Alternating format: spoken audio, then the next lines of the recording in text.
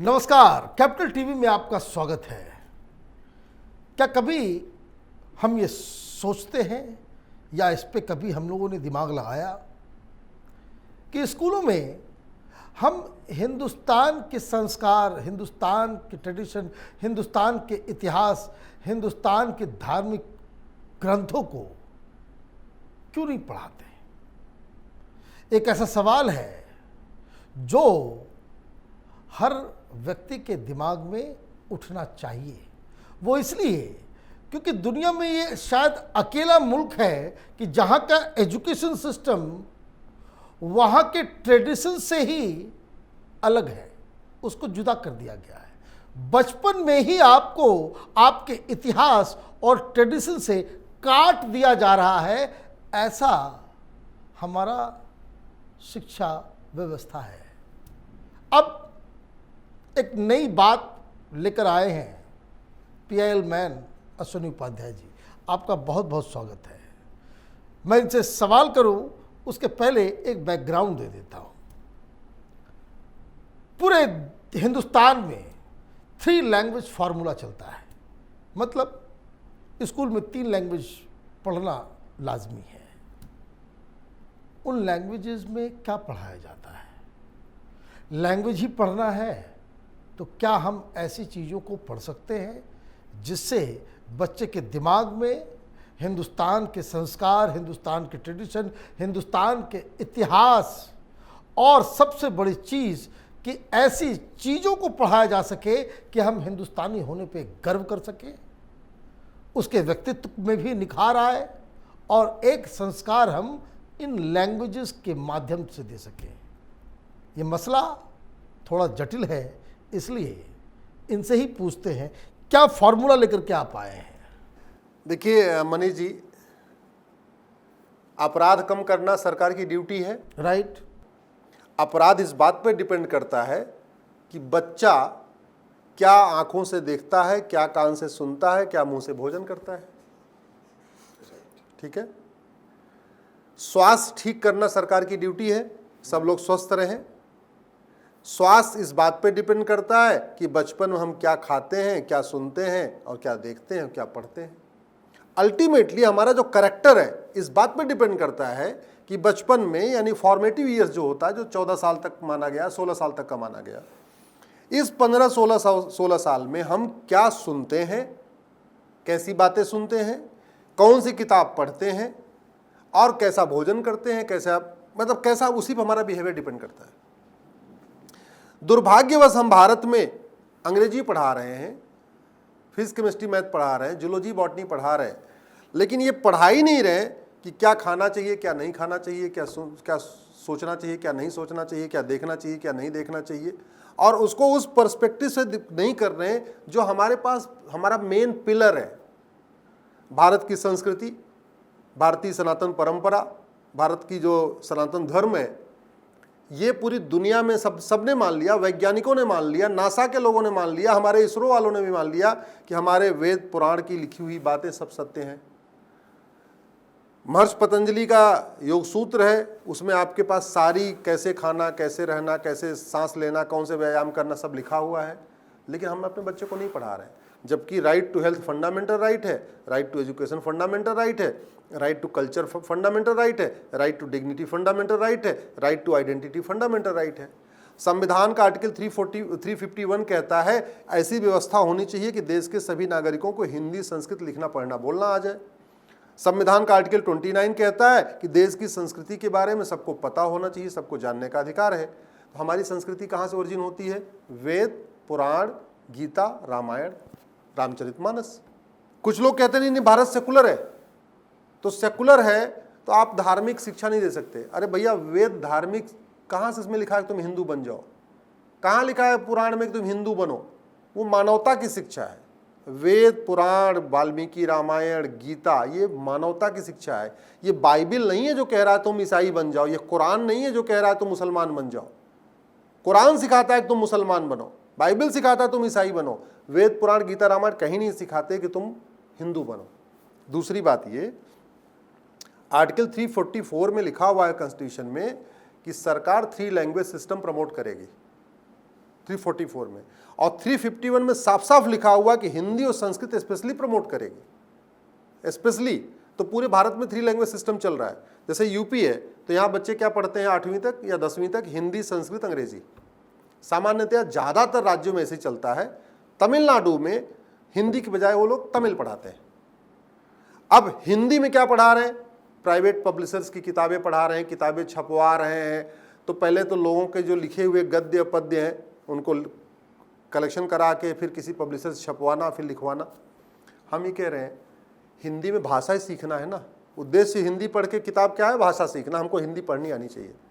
रामचरितमानस से बढ़िया हिंदी भाषा का ज्ञान देने वाला कोई किताब ही नहीं है जो तुलसीदास जी ने लिखा हुआ है। एज ए लैंग्वेज जो आप अलग अलग पब्लिशर की किताब लगाते हो वो आप रामचरितमानस लगा दो। चलो ये मानते हैं ठीक है एक क्लास में नहीं हो जाएगा, तो ठीक है, रामायण में 7 कांड है, 7 क्लास में लगा 7 क्लास में लगा दो। पहले शुरू करके दूसरी शुरू करके एक जो है चैप्टर लगाते चले जाओ। बच्चा लैंग्वेज भी सीख लेगा और बच्चे को संस्कार भी मिल जाएगा। और रामचरितमानस में सारे अलंकार हैं, सारे रस हैं, वीर रस से लेके करुण रस, सारे रस भी हैं, सारे अलंकार भी हैं, पूरा व्याकरण है। तो रामचरितमानस से बच्चा कविता भी सीख लेगा, पद्य भी सीखेगा, गद्य भी सीखेगा, अलंकार भी सीखेगा, रस भी सीखेगा, समास भी सीखेगा, कंप्लीट हिंदी वो ग्रामर सीख लेगा। इससे बढ़िया क्या हो सकता है। तो भाषा का भाषा और संस्कृति की संस्कृति। राइट। इसी तरीके से 3 लैंग्वेज फार्मूले में जो दूसरा पढ़ाया जाता है संस्कृत पढ़ाया जाता है। अब संस्कृत के लिए नए नए लोगों की किताब को पब्लिश करके चलवाते हैं, कोई स्टैंडर्ड भी नहीं है। ICSE वाले अलग पढ़ा रहे हैं, CBSE वाले अलग पढ़ा रहे हैं, यूपी बोर्ड वाले। मैं ये कह रहा हूँ भगवान वाल्मीकि जी ने एक इतना बढ़िया ग्रंथ लिखा, संस्कृत में लिखा, वाल्मीकि रामायण। आप उसको लगा दो ना, नहीं पहली दूसरी तीसरी से लगा दो, चौथी से लगा दो, 6वीं से लगा दो। 1 साल में नहीं 2-3 साल में बच्चा पढ़ लेगा उसको। कंसाइज कर ले, 2 चैप्टर पढ़ाए, 5 चैप्टर पढ़ाए। तो 8वीं आते आते यानी जब तक बच्चा 14 साल का होगा उसको पूरे वाल्मीकि रामायण का ज्ञान होगा, संस्कृत भाषा का भी ज्ञान होगा, वाल्मीकि रामायण का ज्ञान होगा, भगवान के राम के आदर्शों का भी ज्ञान होगा, और उसमें इस तरीके की सबके जो चरित्र हैं उनका भी ज्ञान होगा कि भाई क्या अच्छा है क्या बुरा। तो अब ये भाषा की भी शिक्षा हो रही है, मॉरल एजुकेशन भी हो रहा है, इथिकल एजुकेशन भी हो रहा है, और भारतीय संस्कृति का ज्ञान भी हो रहा है। राइट। तीसरी भाषा क्या है, इंग्लिश। ठीक है, अमेरिका में, यूरोप में, जर्मनी में हर जगह भगवत गीता इंग्लिश में छपती है। भारत में इस्कॉन वाले सारे लैंग्वेज में छापते हैं। हाँ, गीता उपलब्ध है हमारे पास। इंग्लिश में मर्चेंट ऑफ वेनिस पढ़ाने की बजाय, जिसका भारत से कोई लेना देना नहीं है, उसको आप पढ़ाने की बजाय भगवत गीता क्यों नहीं पढ़ा रहे। भगवत गीता पढ़ेगा, कृष्ण और अर्जुन के बीच में जो संवाद हुआ उसको जानेगा, भारत की परंपरा को जानेगा। और अब तो ऑक्सफोर्ड में भगवत गीता पढ़ाई जा रही है, कैम्ब्रिज में भगवत गीता पढ़ाई जा रही है। हिंदुस्तान में नहीं पढ़ाई जाती। हिंदुस्तान में नहीं पढ़ा रहे। हम कह रहे हैं ठीक है, भगवत गीता को भगवत गीता के रूप में मत पढ़ाओ, भाषा के रूप में पढ़ा लो ना, इंग्लिश लिटरेचर के रूप में। और एक बात और, आप हिंदी की किताब जो बाहर खरीदते हैं ना नॉर्मल वाली, वो 200-300 रुपये मिलती है। रामचरितमानस जो गीता प्रेस से मिलता है वो 100 रुपये मिल जाता है। बताइए। संस्कृत किताब 500-600 रुपये में खरीदते हैं, जो वाल्मीकि रामायण 100 रुपये मिल जाता है। जो बाकी इंग्लिश की लिटरेचर किताब स्टोरी लेते हैं 700-800 रुपये किताब होती है, इस्कॉन की भगवत गीता 100 रुपये मिल जाती है। तो जेब अभिभावक का, मतलब पेरेंट्स का जो है, जो जेब का खर्चा भी बचा। इसी बहाने बच्चे के अंदर संस्कार भी आया, राम लक्ष्मण मतलब सबके बारे में जानेगा, संस्कार आएगा, हमारी संस्कृति क्या है और संविधान ये कहता है। और सब बच्चे जब भगवत गीता पढ़ेंगे, सब बच्चे रामायण पढ़ेंगे, सब बच्चे रामचरितमानस पढ़ेंगे, सब बच्चे वेद पढ़ेंगे, तो स्वाभाविक सी बात है एकता अखंडता भी मजबूत होगी। हमारे बच्चों को ये भी पता चलेगा अच्छा हमारे देश में तो कास्टिज्म था ही नहीं, जो कास्टिज्म पूरी फैली हुई है। फिर सवाल लोग पूछेंगे कि भाई ये दोनों ही जो आप बता रहे हैं, चाहे वेद हो या फिर वाल्मीकि रामायण हो, ये तो दलितों ने लिखा, ब्राह्मण पढ़ रहे हैं। देखिए, मैंने बहुत सारे मिथ टूटेंगे। ये हमारे बच्चों को ये भी पता चलेगा कि राजा दशरथ और विश्वामित्र जी एक ही परिवार के हैं, एक ब्राह्मण कहलाए, एक क्षत्रिय कहलाए। हमारे बच्चों को ये भी पता चलेगा कि हजारों साल पहले जब पूरी दुनिया में महिलाएं पढ़ती लिखती नहीं थी, तब हमारे यहाँ गार्गी और मैत्रेयी सीधे शास्त्रार्थ करती थी। हमारे बच्चों को पता चलेगा हजारों साल पहले जब बाकी दुनिया में महिलाएं मतलब ABCD मतलब एक अक्षर नहीं जानती थी, तब हमारे यहाँ रानी सत्यवती ने राज किया था। हमारे बच्चों के भी पता चलेगा जो आजकल ये कंफ्यूज करते रहते हैं वामपंथी, एकलव्य का अंगूठा काट लिया, एकलव्य का अंगूठा काट, बच्चों को पता चलेगा एकलव्य कोई ऐसे गरीब नहीं था। एकलव्य के पिताजी जरासंध के मुख्य सेनापति थे, वो चीफ ऑफ आर्मी स्टाफ का बेटा था, जिसको ऐसा प्रोजेक्ट करते नहीं वो तो बड़ा दलित था, आदिवासी, इसलिए उसका अंगूठा काटा, नहीं ऐसा नहीं है, वो चीफ ऑफ आर्मी स्टाफ का बेटा था वो, इसलिए उसका अंगूठा काटा था। क्योंकि स्वाभाविक सी बात है, अगर पाकिस्तान में कोई बहुत मशहूर ऐसा सैनिक हो जो बहुत धुरंधर हो, तो अगर भारत के सेनापति का भेरत कभी मिलेगा तो स्वाभाविक सी बात है कोशिश करेगा ना वो कमजोर हो जाए।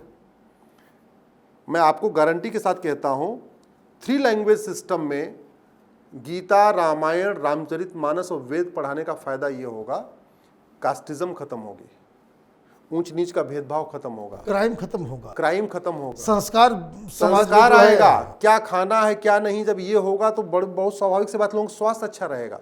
और सबसे बड़ी बात, मजहबी उन्माद कम होगा। जो जिहाद, धर्मांतरण, मजहबी उन्माद चल रहा है ना, वो केवल इसलिए चल रहा है। तो अब ये बताइए कि ये अगला स्टेप क्या है? क्या अभी मैं जन जागरण पे निकला हुआ हूँ, राइट, आपसे चर्चा कर रहा हूँ। अभी आपका ही वीडियो मुझे लगता है 1 करोड़ या जितने लग तो पहुँचेगा वहाँ पहुँचेगा। अब इसके बाद मैं कोर्ट जाऊँगा, सरकार को मैंने रिप्रेजेंटेशन दे दिया है। रिप्रेजेंटेशन देने के बाद इंतज़ार करना होता है कि सरकार क्या स्टेप लेती है। अगर नहीं लेती है मैं कोर्ट जाऊँगा, और कोर्ट जाने के पास मेरे पास वैलिड रीज़न है। आर्टिकल 344 कहता है 3 लैंग्वेज सिस्टम होना चाहिए। आर्टिकल 351 कहता है हिंदी संस्कृत का ज्ञान होना चाहिए। आर्टिकल 29 कहता है right to culture, right to tradition. ये हमारे जो ग्रंथ हैं ना, ये केवल धार्मिक ग्रंथ नहीं है, ये हमारे सांस्कृतिक ग्रंथ हैं, ये हमारे भारत की धरोहर हैं। आर्टिकल 50 में साफ साफ लिखा हुआ है कि भारत की जो सनातन धरोहर है, सनातन परंपरा है, सनातन संस्कृति है, उसको बचाए रखना, उसको संरक्षित करना ये सरकार की ड्यूटी है।